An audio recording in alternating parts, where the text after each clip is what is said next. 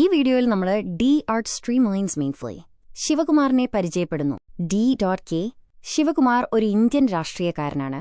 Indian national കോൺഗ്രസിലെ പ്രമുഖനായ ഒരു കർണാടക രാഷ്ട്രീയ നേതാവാണ് അദ്ദേഹം. കെ.എസ് എന്നും കനകപുരയിലെ പാറ എന്നും അറിയപ്പെടുന്ന അദ്ദേഹം ഒരു പ്രമുഖ രാഷ്ട്രീയക്കാരനും ബിസിനസ്സുകാരനുമാണ്. 3 പതിറ്റാണ്ടിലേറെയായി ഇന്ത്യൻ നാഷണൽ കോൺഗ്രസിലെ ഒരു സ്തംഭമായി അദ്ദേഹം പ്രവർത്തിക്കുന്നു. കർണാടകയിലെ കനകപുര താലൂക്കിലെ ദൊഡ്ഡലഹള്ളിയിൽ 1962 മെയ് 15 ശിവകുമാർ ജനിച്ചത്. അദ്ദേഹത്തിന്റെ അച്ഛൻ കെമ്പഗൌഡയും അമ്മ ഗൗരമ്മയുമായിരുന്നു. അദ്ദേഹം വൊക്കലിംഗ സമുദായത്തിൽപ്പെട്ടയാളാണ്. അദ്ദേഹത്തിനൊരു ഇളയ സഹോദരനുണ്ട്, സുരേഷ്. അദ്ദേഹവും ഒരു രാഷ്ട്രീയക്കാരനാണ്. കനകപുരയിലെ കരിയപ്പയുടെ വിദ്യാഭ്യാസ സ്ഥാപനത്തിലാണ് ശിവകുമാർ സ്കൂൾ വിദ്യാഭ്യാസം പൂർത്തിയാക്കിയത്. അദ്ദേഹം ബാംഗ്ലൂരിലെ ഗവൺമെന്റ് ആർട്സ് കോളേജിൽ നിന്ന് BA ബിരുദം പൂർത്തിയാക്കി. തുടർന്ന് ഓപ്പൺ യൂണിവേഴ്സിറ്റിയിൽ നിന്ന് രാഷ്ട്രമീമാംസയിൽ MA ബിരുദവും നേടി. 1993 ഉഷയെ വിവാഹം കഴിച്ച ശിവകുമാറിന് ഐശ്വര്യ, ആഭരണ എന്നീ 2 പെൺമക്കളും ആകാശ് എന്ന മകനുമുണ്ട്.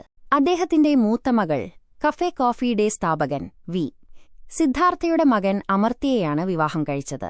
1980കളുടെ തുടക്കത്തിൽ ഒരു വിദ്യാർത്ഥി നേതാവായി അദ്ദേഹം രാഷ്ട്രീയ ജീവിതം ആരംഭിച്ചു. കോൺഗ്രസ് പാർട്ടിയിലൂടെ അദ്ദേഹം ഉയർന്നുവന്നു. 1989ൽ മൈസൂരു ജില്ലയിലെ സത്തനൂർ നിയോജകമണ്ഡലത്തിൽ നിന്ന് അദ്ദേഹം ആദ്യമായി കർണാടക നിയമസഭയിലേക്ക് തെരഞ്ഞെടുക്കപ്പെട്ടു. അന്ന് വെറും 27 വയസ്സായിരുന്നു അദ്ദേഹത്തിന്.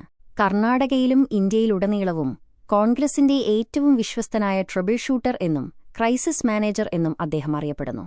2002ലെ മഹാരാഷ്ട്ര പ്രതിസന്ധിയിൽ വിമത MLAമാർക്ക് ബംഗളൂരുവിലെ ഒരു റിസോർട്ടിൽ അഭയം നൽകി അദ്ദേഹം വിലാസ്റാവു ദേശ്മുഖിന്റെ സർക്കാരിനെ രക്ഷിച്ചു. 2017ലെ ഗുജറാത്ത് പ്രതിസന്ധിയിൽ രാജ്യസഭാ തെരഞ്ഞെടുപ്പിൽ അഹമ്മദ് പട്ടേലിന്റെ വിജയം ഉറപ്പാക്കാൻ 42 കോൺഗ്രസ് MLAമാരെ തന്റെ റിസോർട്ടിൽ അദ്ദേഹം കൈകാര്യം ചെയ്തു.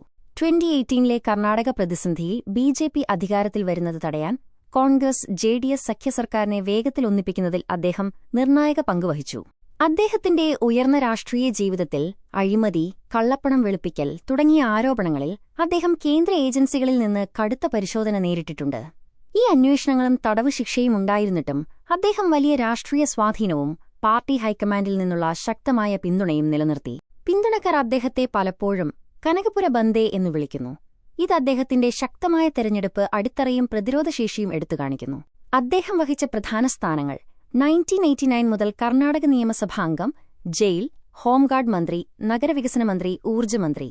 2020 ജൂലൈ 2 ദിനേശ് ഗുണ്ടുറാവുവിന് ശേഷം അദ്ദേഹം ഔദ്യോഗികമായി KPCC പ്രസിഡന്റായി ചുമതലയേറ്റു.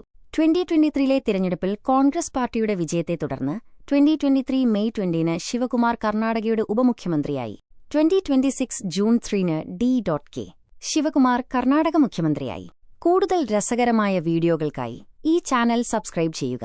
ഈ വീഡിയോ കണ്ടതിന് നന്ദി.